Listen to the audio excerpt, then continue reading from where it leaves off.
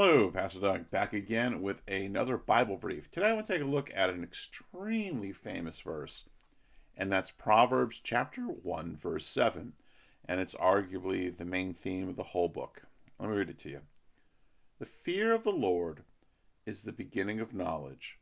Fools despise wisdom and instruction. An amazingly powerful verse, and like I said, a very, very famous one. And one we moderns have no concept of understanding. Not only do we have no understanding of what it means to have fear for the Lord, but we really don't understand knowledge and wisdom. And it's interesting, these two words here are very similar if you look them up. This is the one for knowledge and this is the one for wisdom. And they're almost the same thing. And that's not surprising if you know Hebrew. Hebrew has words that that can have many different meanings. But what's going on here? Well, the concept of knowledge is understanding, if you had to give a different translation. So the fear of the Lord is the beginning to understand anything. And so to have understanding, you begin with the fear of the Lord, and from that understanding, then you try to apply it with skill, and that's wisdom.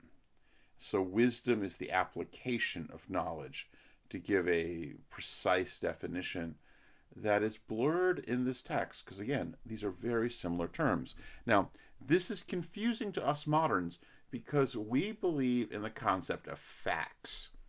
There is simply just knowledge that is unrelated to God, that if you have knowledge, that's what's really powerful, because you are an individual, you're autonomous, there's no one above you, you control yourself, you control your own intellectual thoughts, you are the final authority.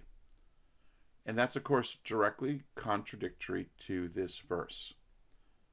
What's the use of having facts unless you apply them correctly? And by the way, even to have facts requires God. It requires a creator. It requires a judge. It requires a sustainer, and it requires a redeemer.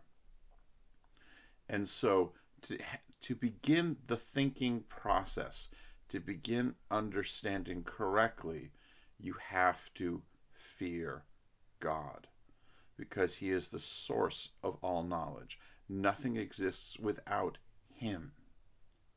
And the application of knowledge, the real purpose of having knowledge, i.e. to be a wise person, to act morally, to act correctly, means you have to understand what he wants and to be afraid of his judgments and his wrath when you do wrong.